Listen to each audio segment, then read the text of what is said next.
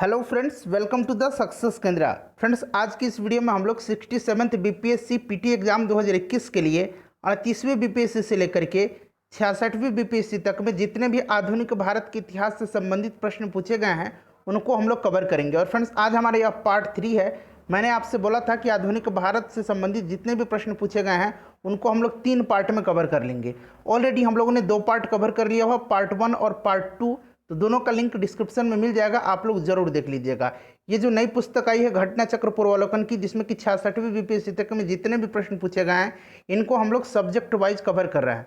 Channel पर अगर आप पहली बार आए हैं तो सब्सक्राइब कर लीजिएगा, साथ ही साथ बेल आइकन को जरूर दबा लीजिएगा, ताकि जब भी इसी तरह का कोई भी इंपॉर्टेंट वीडियो अपलोड किया जाए तो उसका नोटिफिकेशन सबसे पहले आपके पास पहुंच जाए। तो चलिए फ्रेंड्स, बिना देरी किए हुए आज का सेशन स्टार्ट करते हैं। फ्रेंड्स, वीडियो को लाइक और शेयर जरूर कर दीजिएगा। देखिए फ्रेंड्स, इससे पहले ऑलरेडी हम लोगों ने क्वेश्चन नंबर 240 तक को कवर कर लिया था। हम लोगों ने पार्ट 1 में क्वेश्चन नंबर 1 से लेकर के 120 तक को कवर किया था, और पार्ट 2 में 121 से लेकर के 240 तक के प्रश्नों को हमने कवर किया हुआ है। दोनों वीडियोज़ का लिंक आपको आज की इस वीडियो के डिस्क्रिप्शन में मिल जाएगा, आप एक बार जरूर देख लीजिएगा। देखिए फ्रेंड्स, आज हम लोग इस वीडियो में 241 से कवर करेंगे। प्रश्न को पढ़िएगा कि रिक्त स्थानों की पूर्ति कीजिए। नेहरू रिपोर्ट किसकी अध्यक्षता में एक कमेटी द्वारा तैयार किया गया था और इसका विषय क्या था? कोशिश करेंगे आप लोग जल्दी से जल्दी आंसर देने के लिए। उसके बाद जो भी करेक्ट आंसर होगा पूरी डिटेल में मैं आपको बता दूंगा। देखिए, प्रश्न जो पूछा गया है 2015 में पूछा गया प्रश्न है, तो ध्यान दीजिएगा। देखिए, अगस्त 1928 में मोतीलाल नेहरू की अध्यक्षता में 8 सदस्यीय समिति ने प्रस्तावित संविधान का प्रारूप प्रस्तुत किया था। इसको मोतीलाल नेहरू के नाम पर नेहरू रिपोर्ट नाम से बाद में जाना गया। इसमें सांप्रदायिक आधार पर अलग निर्वाचन मंडल की मांग को अस्वीकार किया गया था। इस रिपोर्ट में डोमिनियन स्टेट्स की मांग की गई थी। इसके अतिरिक्त अन्य सिफारिश की गई थी, जैसे सभी वयस्कों के लिए मताधिकार, महिलाओं के लिए समान अधिकार, संगठन बनाने की स्वतंत्रता और धर्म का हर प्रकार से राज्य से पृथक्करण। तो राइट आंसर जो होगा इसका ऑप्शन नंबर सी हो जाएगा, मोतीलाल नेहरू और भारत में संवैधानिक व्यवस्थाएं। ध्यान रखिएगा, इंपॉर्टेंट क्वेश्चन है। नेक्स्ट क्वेश्चन देखिएगा। नेक्स्ट क्वेश्चन हमारा कि पूर्ण स्वराज का प्रस्ताव लाहौर कांग्रेस में पारित किया गया था किस वर्ष?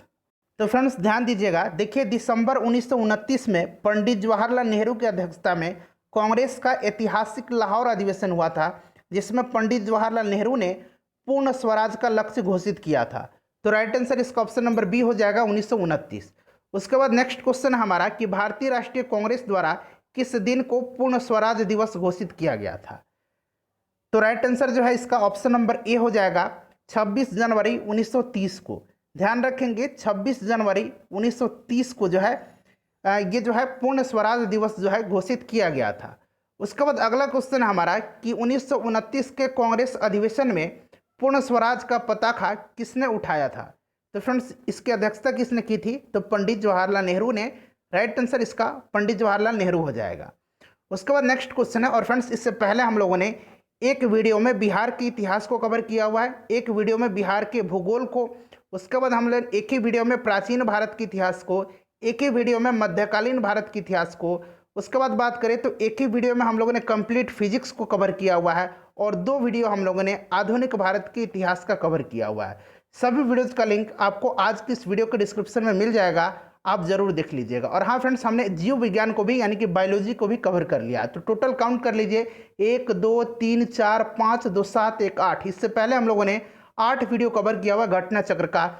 सभी का लिंक डिस्क्रिप्शन में मिलेगा, आप एक बार जरूर देख लीजिएगा। देखिए, नेक्स्ट क्वेश्चन हमारा कि समाजवाद का समर्थक कौन था और 1933 में ब्रिटिश शासन देशी राज्यों, जमींदारवाद और पूंजीवाद को उखाड़ फेंकना चाहता था?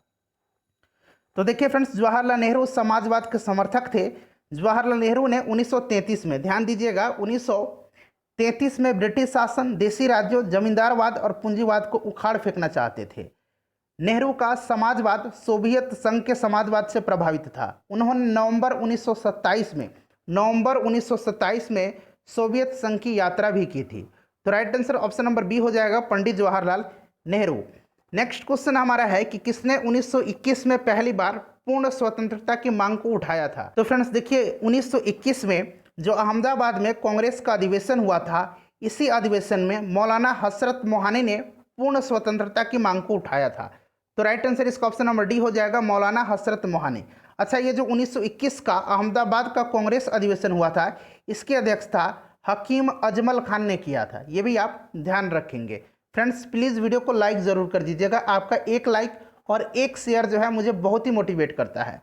देखिए क्वेश्चन नंबर 247 है कि दांडी यात्रा की गई थी। तो फ्रेंड्स ध्यान दीजिएगा, देखिए महात्मा गांधी ने 12 मार्च 1930 को, यहाँ पर मैं लिख देता हूँ 12 मार्च 1930 को नमक सत्याग्रह शुरू किया। उन्होंने साबरमती आश्रम से 24 दिनों की लंबी यात्रा के बाद 6 अप्रैल 1930 को, 6 अप्रैल यहाँ मैं लिख देता हूँ 6 अप्रैल 1930 को दांडी में सांकेतिक रूप से नमक कानून भंग किया। नमक कानून तोड़कर औपचारिक रूप से सविनय अवज्ञा आंदोलन शुभारंभ किया। तो राइट आंसर इसका जो है क्या हो जाएगा, ऑप्शन नंबर इसका डी हो जाएगा 1930 में।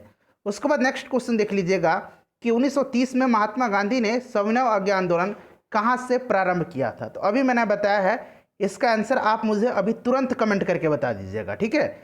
चलिए उसके बाद 249 देख लीजिएगा कि नमक सत्याग्रह के दौरान बिहार में लोगों ने नमक बनाने के साथ साथ किस कर के विरोध के द्वारा सरकार का विरोध किया था। इंपॉर्टेंट क्वेश्चन है क्योंकि बिहार से रिलेटेड है। तो देखिए फ्रेंड्स ध्यान दीजिएगा, बिहार में लोगों ने नमक बनाने के साथ साथ चौकीदारी कर के द्वारा सरकार का विरोध किया था। चौकीदारी कर का विरोध बिहार में अत्यधिक सफल रहा था। तो राइट आंसर इसका जो है ऑप्शन नंबर ए हो जाएगा, चौकीदारी। उसके बाद अगला क्वेश्चन देखिएगा कि दांडी यात्रा कितने दिन चली थी। तो दांडी यात्रा जो है टोटल 24 दिनों तक चली थी। तो ऑप्शन नंबर इसका सी करेक्ट आंसर हो जाएगा। 1929 में खुदाई खिदमतगार को किसने संगठित किया था। तो देखिए फ्रेंड्स, उत्तर पश्चिमी सीमा प्रांत में खान अब्दुल गफ्फार खान के नेतृत्व में खुदाई खिदमतगार नामक स्वयंसेवक संगठन स्थापित किया गया था। इन्हें लाल कुर्ती, रेड शर्ट के नाम से भी जाना जाता है। और ये जो यहाँ पर आप देख रहे हैं खान अब्दुल गफ्फार खान, इनको सीमांत गांधी भी कहा जाता है। तो राइट आंसर इसका ऑप्शन नंबर ए हो जाएगा, खान अब्दुल गफ्फार खान। उसके बाद अगला क्वेश्चन देखिएगा कि बेगूसराय के चौकीदारी के विरुद्ध आंदोलन एक हिस्सा था। तो देखिए यहाँ पर सभी ऑप्शन आपको दिख रहे होंगे, देखिए सभी ऑप्शन यहाँ पर आपको दिख रहे हैं। राइट आंसर जो है इसका क्या हो जाएगा, तो करेक्ट आंसर जो है इसका हो जाएगा आपका सविनय अवज्ञा आंदोलन, ठीक है, ध्यान रखेंगे सविनय अवज्ञा आंदोलन। तो ऑप्शन नंबर बी इसका करेक्ट आंसर हो जाएगा। उसके बाद नेक्स्ट क्वेश्चन हमारा कि सविनय अवज्ञा आंदोलन सिविल डिसओबीडियंस मूवमेंट की असफलता के बाद गांधी जी ने महत्व दिया था। तो देखिए गांधी जी ने जो है रचनात्मक कार्यक्रम को महत्व दिया था। Option number A right answer हो जाएगा। ध्यान से सुन लीजिएगा, सविनय अवज्ञा आंदोलन की असफलता के बाद गांधी जी ने रचनात्मक कार्यों को महत्व दिया। अक्टूबर 1934 में गांधी जी ने अपना पूरा समय हरिजन लोगों के उत्थान में लगाने के लिए सक्रिय राजनीति से स्वयं को हटा लिया। और सितंबर 1929 में गांधी जी ने हरिजन कल्याण हेतु हरिजन सेवक संघ की स्थापना की थी, सितंबर 1932 में, ठीक है, ध्यान रखेंगे। और इन्होंने हरिजन नामक साप्ताहिक पत्र का भी प्रकाशन किया था। तो ध्यान रखेंगे, इंपॉर्टेंट क्वेश्चन है। देखिए उसके बाद नेक्स्ट क्वेश्चन हमारा कि निम्नलिखित में से किस भारतीय नेता ने लंदन में प्रथम गोलमेज कॉन्फ्रेंस में यानी कि गोलमेज सम्मेलन में भाग लिया था। तो पहला गोलमेज सम्मेलन 1930 में हुआ था। और ध्यान रखेंगे तीनों गोलमेज सम्मेलन के समय इंग्लैंड का प्रधानमंत्री रैमजे मैकडोनाल्ड था, ठीक है फ्रेंड्स। और 1930 में जब पहला गोलमेज सम्मेलन हुआ था उस समय वायसराय लॉर्ड इरविन था, ये भी आप ध्यान रखिएगा। देखिए इसमें जो भाग लिए थे तेज बहादुर सप्रू, श्रीनिवास शास्त्री, मोहम्मद अली, आगा खां, मोहम्मद अली जिन्ना, भीमराव अंबेडकर तथा सुरेंद्र सिंह मजीठिया। तो देखिए ऑप्शन में आपको यहाँ पर मिल जाएगा मोहम्मद अली, ठीक है, मौलाना मोहम्मद अली। तो option number A right answer हो जाएगा। नेक्स्ट क्वेश्चन देख लीजिएगा। अगला प्रश्न है कि गांधी इरविन समझौता हुआ था। तो फ्रेंड्स ध्यान दीजिएगा, देखिए गांधी इरविन समझौता जो है यह 5 मार्च 1931 को, ध्यान रखेंगे 5 मार्च 1931 को जो है ये संपन्न हुआ था। नेक्स्ट क्वेश्चन देखिएगा, अगला प्रश्न हमारा कि निम्न में से कौन सा गोलमेज सम्मेलन 1932 में हुआ था। तो 1932 में जो है तीसरा गोलमेज सम्मेलन हुआ था। पहला 1930 में हुआ था, दूसरा 1931 में हुआ था और तीसरा जो है 1932 में हुआ था। तो ध्यान रखिएगा, इंपॉर्टेंट है, ठीक है फ्रेंड्स, बहुत ही इंपॉर्टेंट है। चलिए उसके बाद नेक्स्ट क्वेश्चन देखिएगा। अगला प्रश्न है हमारा कि भारतीय राष्ट्रीय कांग्रेस ने किस गोलमेज सम्मेलन में भाग नहीं लिया था। तो इन्होंने पहला में नहीं लिया था और तीसरा में नहीं लिया था। दूसरा गोलमेज सम्मेलन जो था इसमें इन्होंने हिस्सा लिया था और इसमें जो कांग्रेस का प्रतिनिधित्व है ये महात्मा गांधी ने किया था। तो देखिए किस में पूछा गया है कि सम्मेलन में भाग नहीं लिया था, तो पहला और तीसरा हो जाएगा। तो उपरोक्त में से एक से अधिक इसका करेक्ट आंसर हो जाएगा ऑप्शन नंबर ई, ध्यान रखिएगा। चलिए उसके बाद अगला क्वेश्चन देखिएगा। नेक्स्ट क्वेश्चन है हमारा कि द्वितीय गोलमेज सम्मेलन किस प्रश्न पर असफल रहा था। द्वितीय गोलमेज सम्मेलन जो है यह असफल किस प्रश्न पर रहा था, तो ये था सांप्रदायिक प्रतिनिधित्व। ध्यान रखेंगे सांप्रदायिक प्रतिनिधित्व, तो ऑप्शन नंबर इसका ए राइट आंसर हो जाएगा। उसके बाद नेक्स्ट क्वेश्चन हमारा है क्वेश्चन नंबर 259 कि महात्मा गांधी दिसंबर 1931 में खाली हाथ कहां से भारत लौटे थे। तो देखिए फ्रेंड्स, महात्मा गांधी ने कांग्रेस के एकमात्र प्रतिनिधि के रूप में 7 दिसंबर 1931 को, ध्यान रखेंगे 7 दिसंबर 1931 से प्रारंभ द्वितीय गोलमेज सम्मेलन में भाग लिया था, किंतु 28 दिसंबर 1931 को वह लंदन से खाली हाथ निराश होकर बंबई पहुंचे। स्वदेश लौटने पर उन्होंने कहा कि यह सच है कि मैं खाली हाथ वापस लौटा हूं, किंतु मुझे संतोष है कि जो ध्वज मुझे सौंपा गया था मैंने उससे नीचे नहीं होने दिया और उसके सम्मान के साथ मैंने कोई समझौता नहीं किया। तो ध्यान देंगे राइट आंसर जो होगा इसका ऑप्शन नंबर ए हो जाएगा, लंदन। ठीक है, और ये द्वितीय गोलमेज सम्मेलन के बाद ये लौटे थे। नेक्स्ट क्वेश्चन है कि गांधी इरविन समझौते के हस्ताक्षरित होने में किसने महत्वपूर्ण भूमिका निभाई थी। तो देखिए इसमें जो है तेज बहादुर सप्रू और M.R. जयकर ने, यहाँ मैं लिख देता हूँ नाम, तेज बहादुर सप्रू और M.R. जयकर के प्रयत्नों से गांधी तथा इरविन के मध्य फरवरी 1931 में दिल्ली में वार्ता आरंभ हुआ। 5 मार्च 1931 को दोनों के मध्य एक समझौता हुआ जो गांधी इरविन समझौता के नाम से जाना जाता है। तो देखिए यहाँ पर तेज बहादुर सप्रू दिया गया है, option number C right answer हो जाएगा। उसके बाद देखिए 5 मार्च 1931 को निम्न में से कौन सा समझौता हुआ, तो अभी मैंने आपको बताया कि ये गांधी इरविन समझौता था, ऑप्शन नंबर सी। उसके बाद देखिएगा अगस्त 1932 के रैमजे मैकडोनाल्ड के सांप्रदायिक पंचायत के द्वारा पहली बार एक पृथक निर्वाचन मंडल बनाया गया था। तो ध्यान से सुन लीजिएगा। देखिए ब्रिटिश प्रधानमंत्री रैमजे मैकडोनाल्ड ने 16 अगस्त 1932 को, यह डेट सहित पूछा जाता है, 16 अगस्त 1932 को सांप्रदायिक निर्णय प्रस्तुत किया जिसके अंतर्गत प्रत्येक अल्पसंख्यक समुदाय के लिए विधानमंडलों में कुल सीटें सुरक्षित कर दी गई, जिनके सदस्यों का चुनाव पृथक निर्वाचन मंडलों द्वारा किया जाना था। मुसलमान और सिख, ईसाइयों, आंग्ल भारतीयों, महिलाओं को तो पहले से ही अल्पसंख्यक माना जाता था, लेकिन अब एक नए कानून के अंतर्गत दलित वर्ग को भी अल्पसंख्यक मान करके हिंदुओं से अलग कर दिया गया था। ठीक है, तो ध्यान रखेंगे राइट आंसर जो होगा इसका ऑप्शन नंबर डी हो जाएगा। नेक्स्ट क्वेश्चन देख लीजिएगा कि सांप्रदायिक अवार्ड एवं पूना पैक्ट में क्रमशः दलित वर्ग के लिए कितनी सीटें दी गई थी। तो देखिए सांप्रदायिक अवार्ड में यानी कि कम्युनल अवार्ड प्रांतीय विधानमंडलों में दलितों के लिए सुरक्षित सीटों की संख्या 71 थी, जिसे पूना पैक्ट में बढ़ा करके 147 कर दिया गया था। केंद्रीय विधानमंडल में सुरक्षित सीटों की संख्या में 18% की वृद्धि भी हुई थी। तो इस तरह से देखा जाए तो करेक्ट आंसर इसका हो जाएगा ऑप्शन नंबर बी। ठीक है, चलिए उसके बाद नेक्स्ट क्वेश्चन देखिएगा। अगला प्रश्न हमारा कि पूना समझौता का उद्देश्य क्या था। पूना समझौता का उद्देश्य क्या था, तो देखिए पूना समझौता जो था यह 24 सितंबर 1932 को, 24 सितंबर 1932 को पूना में गांधी जी तथा डॉक्टर भीमराव अंबेडकर जी के बीच में यह समझौता हुआ था। ठीक है फ्रेंड्स, और देखिए इसका उद्देश्य पूछा गया है तो दलित वर्गों को प्रतिनिधित्व देना था, option number B right answer हो जाएगा। उसके बाद देखिए अपने किस कार्यकारिणी कमेटी में कांग्रेस ने भू स्वामित्व को समाप्त करने की नीति अपनाई थी। तो देखिए कांग्रेस की जो भारतीय राष्ट्रीय कांग्रेस की जो कार्यकारिणी कमेटी थी उसने 1937 में भू स्वामित्व को समाप्त करने की नीति अपनाई थी। संयुक्त प्रांत और बिहार में काश्तकारी बिल पारित किए गए थे। सभी कांग्रेस शासित प्रांतों में कृषकों और साहूकारों के चुंगल से बचाने के लिए किसानों को साहूकारों के चुंगल से बचाने के लिए तथा सिंचाई सुविधाओं को बेहतर बनाने के लिए प्रयास किया गया था। सही आंसर इसका हो जाएगा कार्यकारिणी कमेटी 1937। नेक्स्ट क्वेश्चन देखिएगा, किस अधिवेशन के बारे में जवाहरलाल नेहरू ने कहा था एक ऐसी कार दी गई थी जिसमें सब ब्रेक थे किंतु इंजन नहीं था। तो सही आंसर इसका जो है ऑप्शन नंबर इसका डी हो जाएगा, 1935 का अधिनियम। ध्यान रखेंगे। उसके बाद नेक्स्ट क्वेश्चन देखिएगा कि फरवरी 1938 में बिहार की चुनी हुई सरकार ने किस कारणवश इस्तीफा दिया था।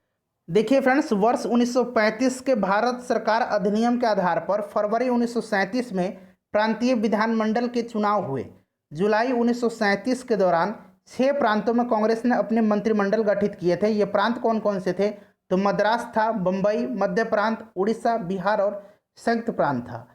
1937 के चुनाव में राजनीतिक कैदियों की रिहाई कांग्रेस के प्रमुख मुद्दों में से एक था। कांग्रेस के विभिन्न राज्य की सरकारों ने राजनीतिक कैदियों को रिहा करने का प्रयास किया था, परंतु राज्य के गवर्नर जो थे उन्होंने इसका विरोध किया था। परिणाम स्वरूप उत्तर प्रदेश, जो कि तत्कालीन संयुक्त प्रांत हुआ करता था, एवं बिहार की चुनी हुई कांग्रेस सरकार ने फरवरी 1938 में त्यागपत्र दे दिया था। तो सही आंसर इसका हो जाएगा राजनीतिक बंदियों को छोड़ना। नेक्स्ट क्वेश्चन देख लीजिएगा। अगला क्वेश्चन हमारा कि बिहार किसान सभा से कौन जुड़ा हुआ था। तो देखिए, बिहार किसान आंदोलन की शुरुआत स्वामी सहजानंद सरस्वती के नेतृत्व में हुई थी। स्वामी सहजानंद सरस्वती ने 1929 में, याद रखेंगे, 1929 में बिहार किसान सभा की स्थापना की थी। इस सभा का विस्तार जो है बिहार के गांव में करने में उन्हें कार्यानंद शर्मा, राहुल संकृत्यायन, पंचानंद शर्मा, यदुनंदन शर्मा आदि वामपंथी नेताओं का सहयोग मिला था। तो राइट आंसर ऑप्शन नंबर ई हो जाएगा इसमें से एक से अधिक। ठीक है। उसके बाद नेक्स्ट क्वेश्चन देखिएगा कि कांग्रेस सोशलिस्ट पार्टी की पहली बैठक हुई थी। तो राइट आंसर जो है इसका ऑप्शन नंबर सी हो जाएगा। पटना में कांग्रेस सोशलिस्ट पार्टी की पहली बैठक हुई थी। उसके बाद देखिएगा कि अखिल भारतीय किसान कांग्रेस का गठन किया गया था। देखिए फ्रेंड्स, अप्रैल 1936 में अखिल भारतीय किसान कांग्रेस की स्थापना हुई, जिसका नाम बदल करके अखिल भारतीय किसान सभा कर दिया गया था। ध्यान रखेंगे, नाम बदल करके अखिल भारतीय किसान सभा कर दिया गया था। बिहार प्रांतीय किसान सभा के संस्थापक स्वामी सहजानंद सरस्वती इसके अध्यक्ष थे और NG रंगा इसके महासचिव चुने गए थे। फैजपुर में कांग्रेस सत्र के साथ अखिल भारतीय किसान कांग्रेस का भी दूसरा सत्र चला था और इसकी अध्यक्षता जो है NG रंगा ने किया था। तो यहाँ पूछा गया है आपका कि अखिल भारतीय किसान कांग्रेस का गठन कब किया गया था। तो 1936 में। पहला सत्र लखनऊ में, दूसरा सत्र इसका फैजपुर में हुआ था। ठीक है, ध्यान रखेंगे। नेक्स्ट क्वेश्चन देख लीजिएगा कि 1936 में लखनऊ में अखिल भारतीय किसान सभा का प्रथम अध्यक्ष किसे चुना गया था। तो ये स्वामी सहजानंद को चुना गया था और इसके सचिव कौन चुने गए थे? महासचिव। तो महासचिव NG रंगा चुने गए थे। नेक्स्ट क्वेश्चन देख लीजिएगा कि वह कौन जगह थी जहां अखिल भारतीय किसान सभा का पहला अधिवेशन हुआ था। तो अभी मैंने बताया था लखनऊ में, दूसरा पूछे तो फैजपुर में हुआ था और फैजपुर में जो हुआ था इसकी अध्यक्षता NG रंगा के द्वारा किया गया था। 273 नंबर है कि स्वामी सहजानंद सरस्वती ने भूमि और जल मार्ग के राष्ट्रीयकरण की मांग के साथ अखिल भारतीय संयुक्त किसान सभा गठन किया था। बताइए राइट आंसर इसका क्या होगा। तो देखिए, राइट आंसर जो होगा वर्ष 1949 में सहजानंद ने ऑल इंडिया यूनाइटेड किसान सभा का गठन किया था। ठीक है, ऑल इंडिया यूनाइटेड किसान सभा यानी कि अखिल भारतीय संयुक्त किसान सभा का गठन किया था 1949 में, मृत्यु के कुछ समय इन्होंने पहले। और देखिए, इस संगठन की मूलभूत मांग भूमि, जलमार्ग, ऊर्जा और संपत्ति के सभी स्रोतों का राष्ट्रीयकरण करना था। तो सही आंसर हो जाएगा उनकी मृत्यु से ठीक पूर्व, पहले। उसके बाद अगला क्वेश्चन देखिएगा कि भारत ट्रेड यूनियन कांग्रेस के पहले अध्यक्ष कौन थे। तो देखिए, भारत में ट्रेड यूनियन कांग्रेस यानी कि अखिल भारतीय ट्रेड यूनियन कांग्रेस की स्थापना NM जोशी ने किया था। किसने किया था? NM जोशी के द्वारा किया गया था 31 अक्टूबर 1920 को। ठीक है, ध्यान रखेंगे, 1920 को बंबई में किया गया था। ध्यान रखेंगे, इसके जो प्रथम अध्यक्ष थे वो लाला लाजपत राय थे और उपाध्यक्ष जोसेफ बैप्टिस्टा एवं महामंत्री दीवान चमन लाल बजाज थे। ध्यान रखेंगे। तो राइट आंसर इसका हो जाएगा लाला लाजपत राय। उसके बाद देखिएगा 275 कि ट्रेड यूनियन आंदोलन के क्रांतिकारी चरण का समय था। तो देखिए, ये समय जो रहा था ये 1926 से लेकर के 1939 तक रहा था। ट्रेड यूनियन आंदोलन के क्रांतिकारी चरण का समय जो रहा था ये कब से कब रहा था? तो 1926 से 1939 तक माना जाता है। और इस दौरान MN Rai, Muzaffar Ahmad, Shripad A Dange, Shaukat उस्मानी, इन सबों ने भारत में ट्रेड यूनियन आंदोलन के ये सभी जो थे प्रमुख नेता थे। उसके बाद देखिए कांग्रेस सोशलिस्ट पार्टी की पहली बैठक पटना में हुई थी, तो कब हुई थी? तो राइट आंसर जो होगा इसका 1934 हो जाएगा। ठीक है फ्रेंड्स, 1934 में हुई थी। उसके बाद नेक्स्ट क्वेश्चन देखिएगा कि जयप्रकाश नारायण किस पार्टी से संबंधित थे? तो जयप्रकाश नारायण जो थे इनकी पार्टी थी कांग्रेस समाजवादी पार्टी। ठीक है, कांग्रेस सोशलिस्ट पार्टी, तो राइट आंसर कांग्रेस समाजवादी हो जाएगा। जयप्रकाश नारायण इस पार्टी से जुड़े थे तो कांग्रेस सोशलिस्ट पार्टी हो जाएगा। उसके बाद देखिएगा कि बिहार सोशलिस्ट पार्टी के संस्थापक कौन थे? तो देखिए फ्रेंड्स, राइट आंसर जो होगा इसका ऑप्शन नंबर ए हो जाएगा, जयप्रकाश नारायण। उसके बाद नेक्स्ट क्वेश्चन देखिएगा कि जयप्रकाश नारायण किस नाम से पहचाने जाते थे? तो फ्रेंड्स इनको लोकनायक कहा जाता था, ध्यान रखेंगे लोकनायक। ठीक है, लोकमान्य बाल गंगाधर तिलक को कहा जाता था। नेक्स्ट क्वेश्चन देख लीजिएगा, नेक्स्ट क्वेश्चन है कि लोकनायक के नाम से किसे जाना जाता था? तो लोकनायक जयप्रकाश नारायण हो जाएगा, लोकमान्य हो जाएगा बाल गंगाधर तिलक। ठीक है, चलिए उसके बाद देखिएगा, देखिए प्रश्न है कि जयप्रकाश दिवस मनाया गया, तो ध्यान देंगे 12 अप्रैल 1946, 12 अप्रैल 1946 को जेल से रिहा होने के बाद जयप्रकाश दिवस मनाया गया था, तो ऑप्शन नंबर इसका डी राइट आंसर हो जाएगा। उसके बाद देखिएगा कि 1938 में भारतीय राष्ट्रीय कांग्रेस के अध्यक्ष निर्वाचित हुए थे, तो 1938 में निर्वाचित हुए थे Subhash Chandra Bose, option number B right answer हो जाएगा। और 1939 में जो त्रिपुरी में अधिवेशन हुआ था इसकी भी अध्यक्षता सुभाष चंद्र बोस ने ही किया था, और 38 में हरिपुरा में हुआ था, ध्यान रखिएगा। ठीक है, चलिए उसके बाद नेक्स्ट क्वेश्चन देख लीजिएगा कि प्रांतीय सरकारों का गठन निम्नलिखित में से किस अधिनियम के तहत किया गया था? तो फ्रेंड्स ये किया गया था 1935 का अधिनियम, ध्यान रखेंगे 1935 का अधिनियम, ऑप्शन नंबर ए सही आंसर इसका हो जाएगा। इंपेरियल कैडेट कॉर्प्स की स्थापना किसने की थी? तो देखिए फ्रेंड्स, लॉर्ड कर्जन ने 1901 में, ध्यान देंगे लॉर्ड कर्जन ने 1901 में इंपीरियल कैडेट कॉर्प्स की स्थापना की थी, और इसका उद्देश्य जो था, जो देसी राजा थे उनके राजकुमारों एवं सीमांतों के पुत्रों को सैनिक शिक्षा प्रबंध कराना था। तो राइट आंसर इसका ऑप्शन नंबर बी हो जाएगा, लॉर्ड कर्जन। उसके बाद देखिएगा 1927 की बटलर कमेटी का उद्देश्य क्या था? तो सबसे पहले तो ध्यान रखिएगा बटलर कमेटी 1927। ठीक है फ्रेंड्स, ध्यान रखिएगा। ठीक है, और देखिए इसका उद्देश्य जो था भारत सरकार तथा भारतीय रियासतों के बीच संबंधों की जांच करना तथा ब्रिटिश भारत और भारतीय रियासतों के बीच आर्थिक एवं वित्तीय संबंधों को सुधारना था। नेक्स्ट क्वेश्चन देखिएगा, तो राइट आंसर इसका ऑप्शन नंबर डी हो जाएगा। उसके बाद देखिएगा all India state people's conference का गठन कब हुआ था?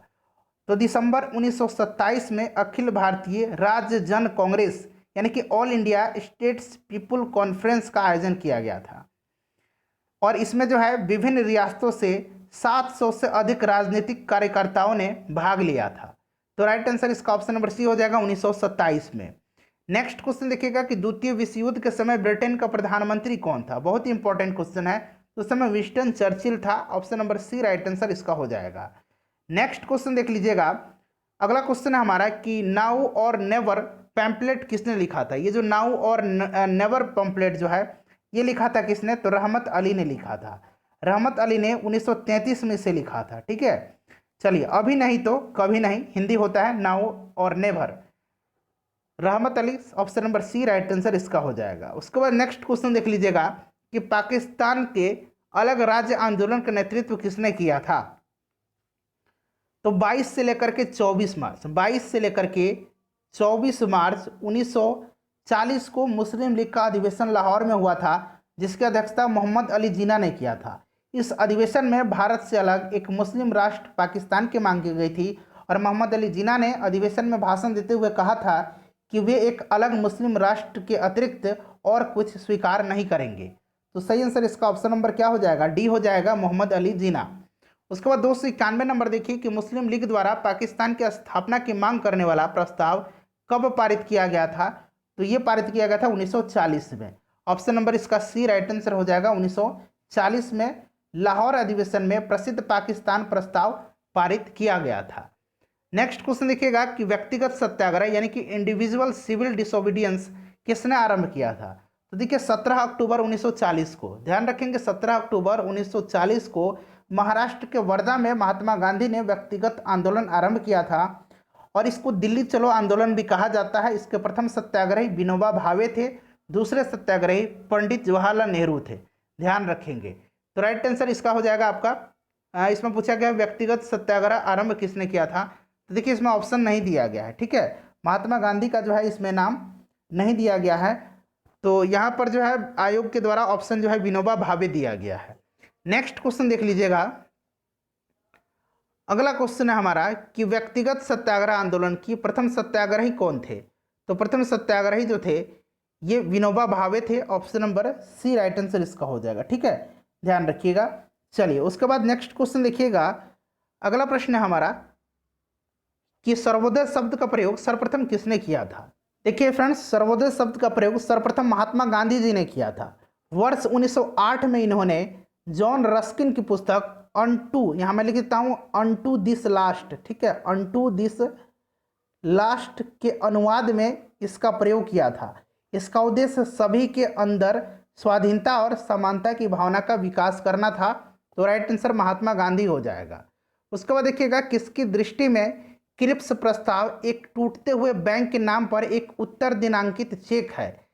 इंग्लिश में यहाँ पढ़िएगा पोस्ट डेटेड चेक अपॉन ए क्रैशिंग बैंक था। ये किसकी दृष्टि में, तो देख लीजिए राइट आंसर जो होगा इसका हो जाएगा पंडित जवाहरलाल नेहरू। अब यहाँ पर बहुत लोग कहेंगे महात्मा गांधी, तो मैं आपको बता देना चाहता हूँ कि महात्मा गांधी ने इसे केवल पोस्ट डेटेड चेक कहा था। क्या कहा था, पोस्ट डेटेड चेक अपॉन ए क्रैशिंग बैंक जो वर्ड है ये जोड़ा है जवाहरलाल नेहरू ने। तो क्लियर हो गया ना। अगर पोस्ट डेटेड चेक सिर्फ पूछा जाता है, इतना अगर पूछा जाता पोस्ट डेटेड चेक ये नहीं पूछा जाता तब महात्मा गांधी हो जाता, लेकिन पोस्ट डेटेड चेक अपॉन ए क्रैशिंग बैंक ये पूछा जाएगा तो जवाहरलाल नेहरू हो जाएगा। चलिए नेक्स्ट क्वेश्चन देख लीजिएगा कि भारत छोड़ो आंदोलन का नेतृत्व किसने किया था। तो देखिए फ्रेंड्स, करेक्ट आंसर जो हो जाएगा इसका ऑप्शन नंबर डी हो जाएगा।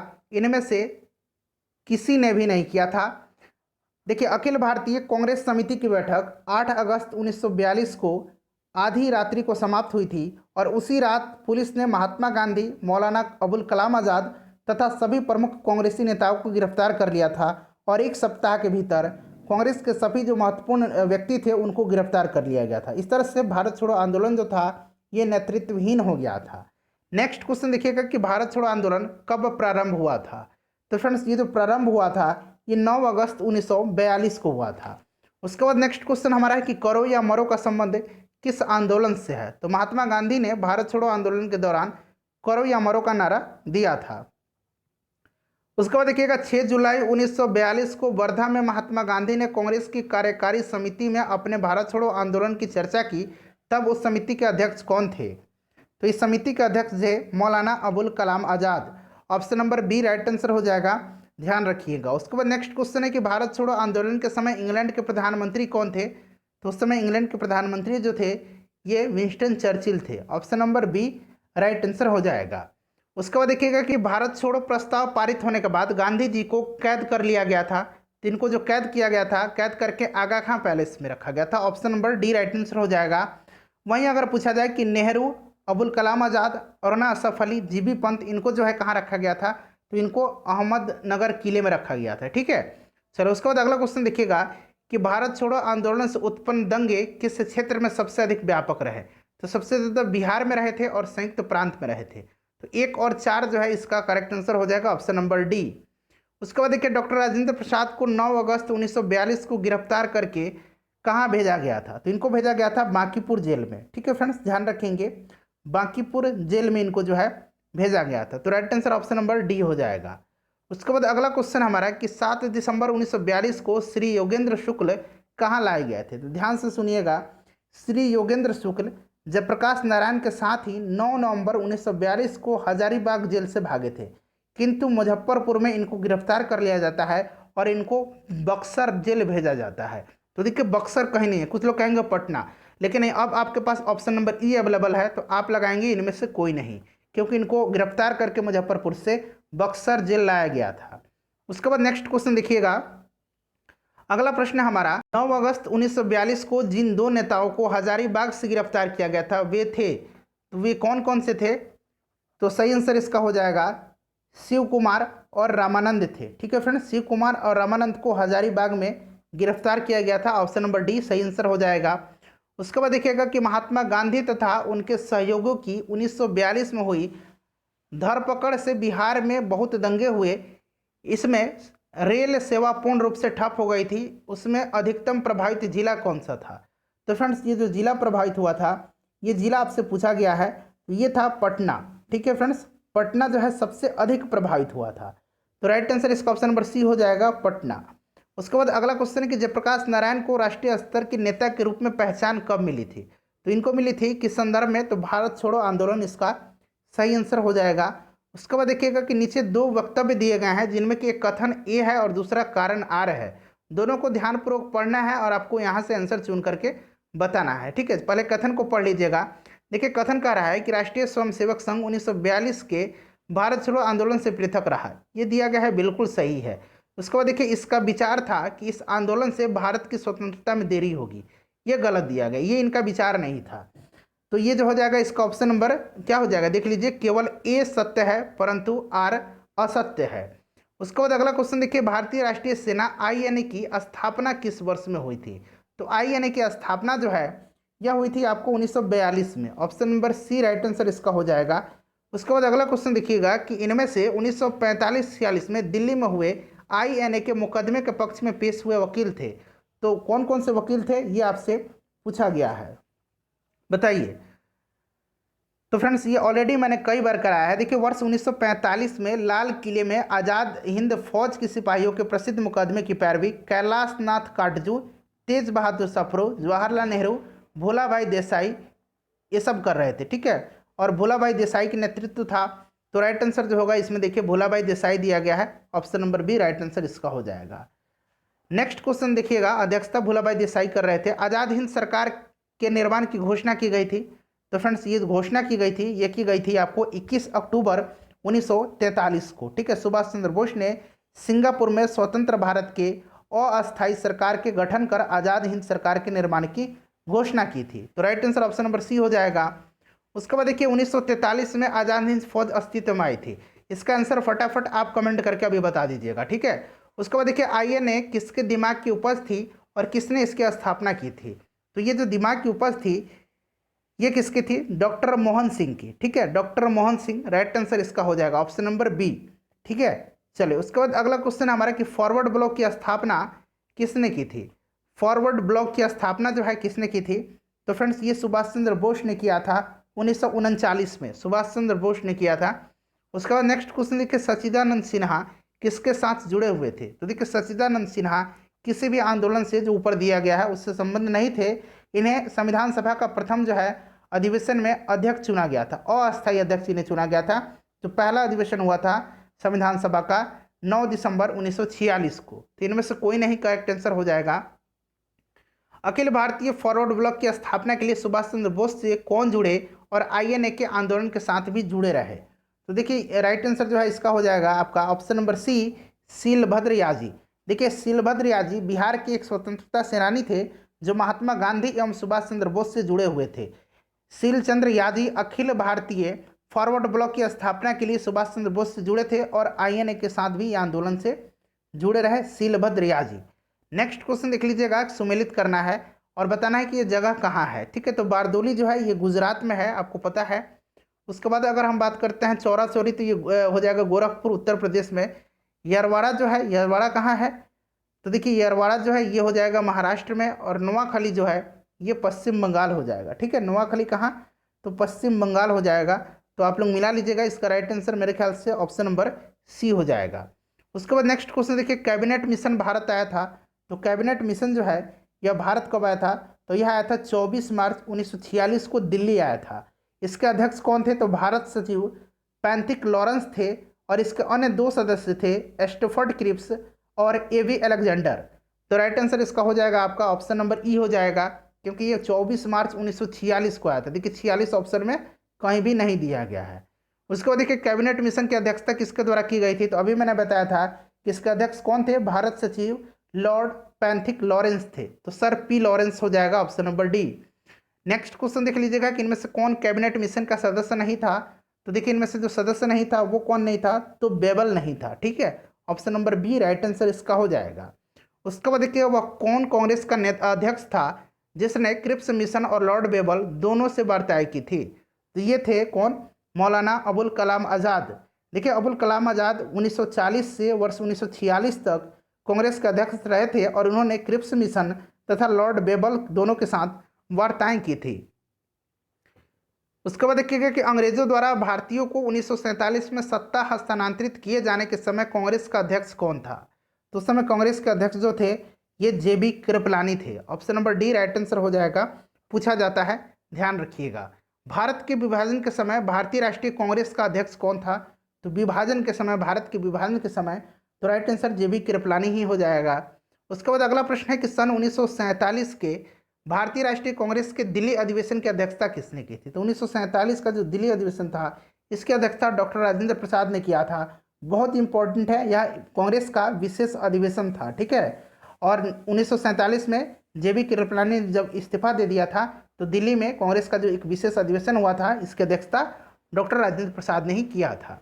इलाहाबाद में संपन्न कांग्रेस कार्यकारिणी समिति की बैठक जो कि अप्रैल मई 1942 में निम्नलिखित सदस्यों में से एक सदस्य भारत के नाजीवाद, फासीवाद तथा साम्राज्यवाद विरोधी निश्चित रुख के कारण जापान के विरुद्ध गुरिल्ला युद्ध की अपनी योजना के पक्ष में बहुमत जुटाने में सक्षम हुए थे, वे कौन थे?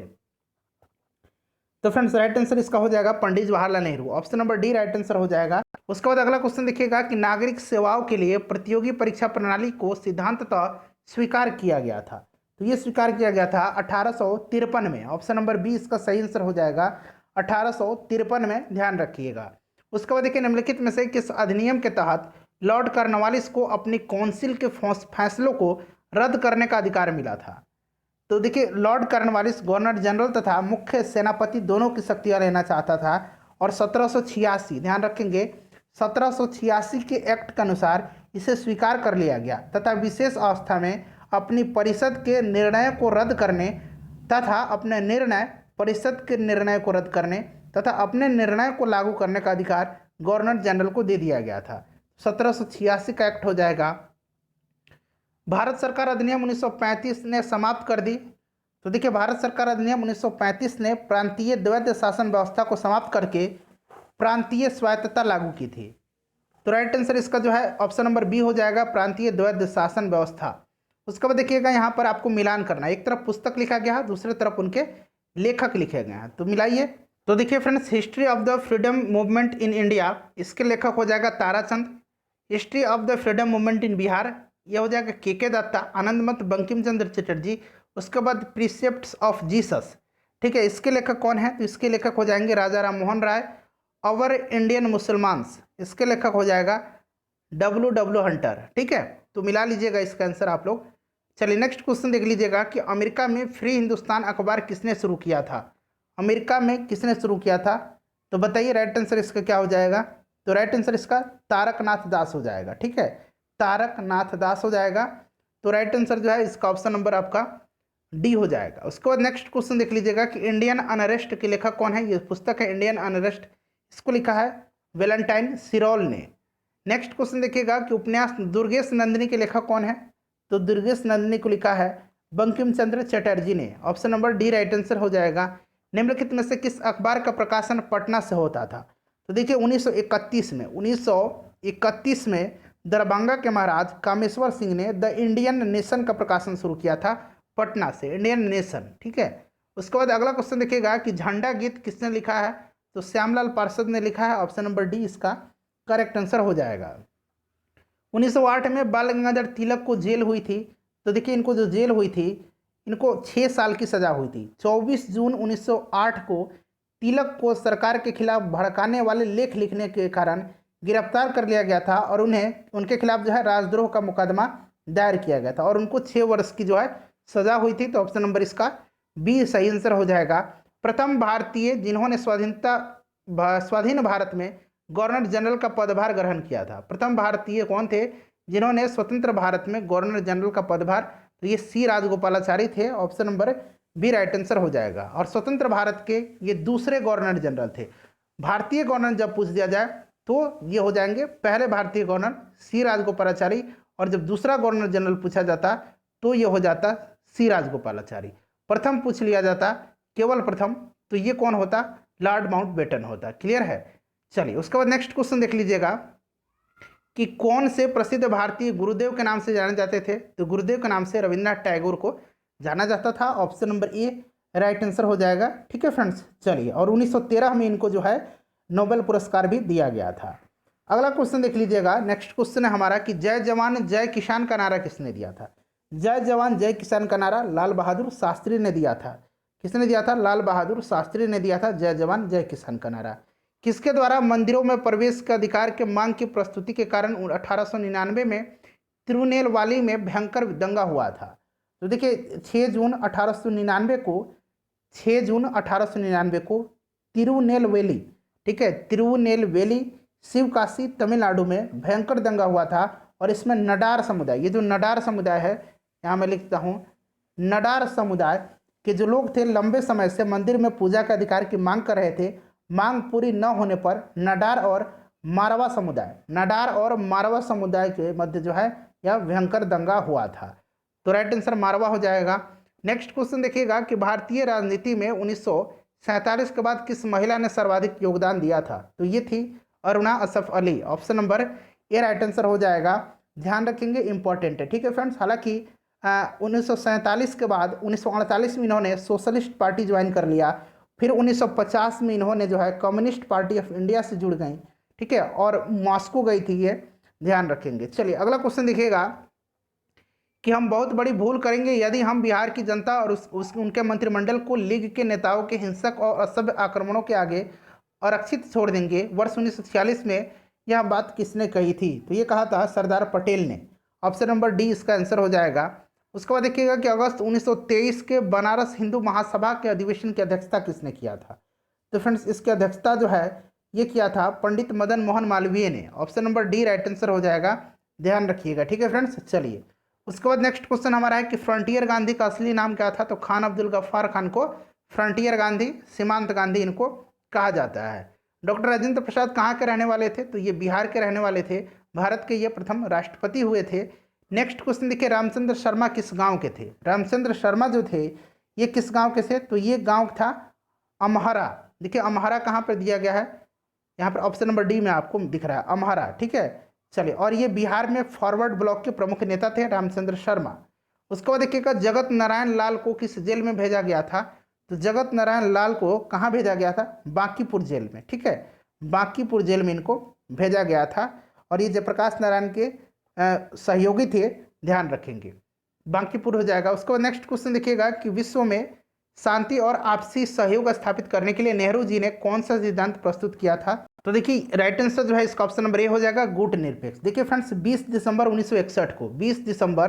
1961 को भारत के प्रधानमंत्री पंडित जवाहरलाल नेहरू, मिस्र के राष्ट्रपति कर्नल नासिर तथा यूगोस्लाविया के राष्ट्रपति मार्शल टीटो के सहयोग से विश्व की तीसरे शक्ति के रूप में यूगोस्लाविया की राजधानी में गुट निरपेक्ष आंदोलन का गठन किया गया था। गुट निरपेक्ष देशों का पहला शिखर सम्मेलन जो है यह 1961 में बेलग्रेड, जो कि कहाँ है, सर्बिया में है, बेलग्रेड में आयोजित किया गया था, ठीक है। चलिए नेक्स्ट क्वेश्चन देखिएगा।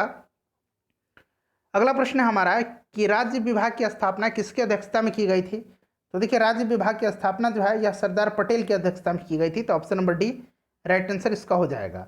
उसके बाद नेक्स्ट क्वेश्चन देखिएगा कि स्वतंत्रता पूर्व बिहार में निम्नलिखित में से एक वर्चस्वशाली जाति यानी कि डोमिनेंट कास्ट कौन नहीं था, इसमें से नहीं पूछा गया है स्वतंत्रता के पहले। तो ये कुर्मी हो जाएगा, ऑप्शन नंबर डी, क्योंकि स्वतंत्रता के पूर्व बिहार में भूमिहार, राजपूत तथा कायस्थ जो थे यह डोमिनेंट कास्ट थे, जबकि कुर्मी जो जाति थी ये वर्चस्वशाली जाति नहीं थी। नेक्स्ट क्वेश्चन हमारा है कि देवबंद के उस विद्वान का नाम बताइए जिन्होंने स्वतंत्रता आंदोलन में महत्वपूर्ण भूमिका निभाई थी। तो ये कौन थे? अबुल कलाम आज़ाद थे। Option number A right answer हो जाएगा, ठीक है फ्रेंड्स, ध्यान रखेंगे। अबुल कलाम आज़ाद ने अल नदवाह, यहाँ मैं लिख देता हूँ, अल नदवाह का प्रकाशन किया था, ये भी आप ध्यान रखेंगे। और 1940 से 1946 तक ये कांग्रेस के अध्यक्ष रहे थे। इंडिया विंस फ्रीडम उनकी प्रसिद्ध पुस्तक है, इंडिया विंस फ्रीडम।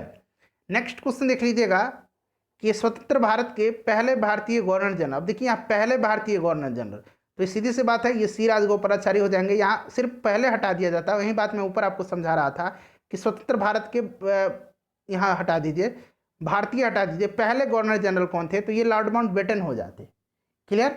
स्वतंत्र भारत के अगर इस तरह से पूछा जाता है स्वतंत्र भारत के दूसरे गवर्नर जनरल तो भी राजगोपालाचारी हो जाते। प्रथम भारतीय गवर्नर जनरल पूछा जाए तो भी राजगोपालाचारी हो जाएंगे। अगर भारतीय हटा के पहले गवर्नर पूछा जाए तो ये लॉर्ड माउंटबेटन हो जाता है। किस साल रेगुलेटिंग एक्ट पारित किया गया था? तो 1773 में पारित किया गया था रेगुलेटिंग एक्ट, और इसके तहत मद्रास एवं बम्बई प्रेसिडेंसियों को कलकत्ता प्रेसिडेंसी का अधीन कर दिया गया था और बंगाल के गवर्नर को अंग्रेजी क्षेत्रों का गवर्नर जनरल बना दिया गया था। और इसके तहत पहला जो गवर्नर हुआ था वो कौन हुआ था? तो वारन हेस्टिंग्स हुआ था। ठीक है, चलिए, तो ये हो जाएगा 1773। उसके बाद नेक्स्ट क्वेश्चन देख लीजिएगा, रेगुलेटिंग एक्ट पारित हुआ था तो 1773 में। देखिए, ब्रिटिश शासन काल में संविधान के विकास में कौन सा कानून ऐतिहासिक नहीं था? तो ये नहीं था कौन सा? तो protection of civil right acts 1955। देखिए, ये प्रश्न जो पूछा गया है ये पिछले वर्ष 66वीं बीपीएससी में ये प्रश्न पूछा गया है। तो ऑप्शन नंबर डी इसका करेक्ट आंसर हो जाएगा। उसके बाद देखिएगा कि भारत में मीडिया को नियंत्रित करने के लिए एक्ट जो है कब पारित किए गए थे? तो ये वर्ष की पूरी सूची दी गई है यहाँ पर, बताइए। तो ये ऑप्शन नंबर ए इसका राइट आंसर हो जाएगा। उसके बाद नेक्स्ट क्वेश्चन हमारा है कि भारत की कम्युनिस्ट पार्टी और राष्ट्रीय स्वयंसेवक संघ की स्थापना क्रमशः सबसे करीबी वर्ष इसका पहचानना है। तो देखिए, 26 दिसंबर 1925 को एम.एन. राय ने जो है कम्युनिस्ट पार्टी की स्थापना की थी, तो 1925 हो जाएगा। और राष्ट्रीय स्वयंसेवक संघ की स्थापना भी 1925 में ही किया गया था। तो राइट आंसर इसका ऑप्शन नंबर बी हो जाएगा। ठीक है, ध्यान रखेंगे। चलिए, उसके बाद नेक्स्ट क्वेश्चन देखिएगा। अगला क्वेश्चन है हमारा कि Katherine Mayo, Adolf Huxley, Charles Andrews और विलियम डिग्बी के बीच आम रिश्ता क्या था? तो सही आंसर हो जाएगा, उन्होंने ब्रिटिश शासन के दौरान भारत की हालात पर टिप्पणियां लिखी थी। ऑप्शन नंबर ए सही आंसर हो जाएगा। तो फ्रेंड्स, टोटल जो है आधुनिक भारत का इतिहास हमारा कंप्लीट हो गया। आज 3 पार्ट में हम लोगों ने पूरी क्वेश्चंस को कंप्लीट कर लिया है। वीडियो को लाइक और शेयर जरूर कर दीजिएगा। यहाँ आपको आपके एग्जाम तक कंटिन्यू वीडियो मिलते रहेंगे। चैनल को सब्सक्राइब करके बेल आइकन को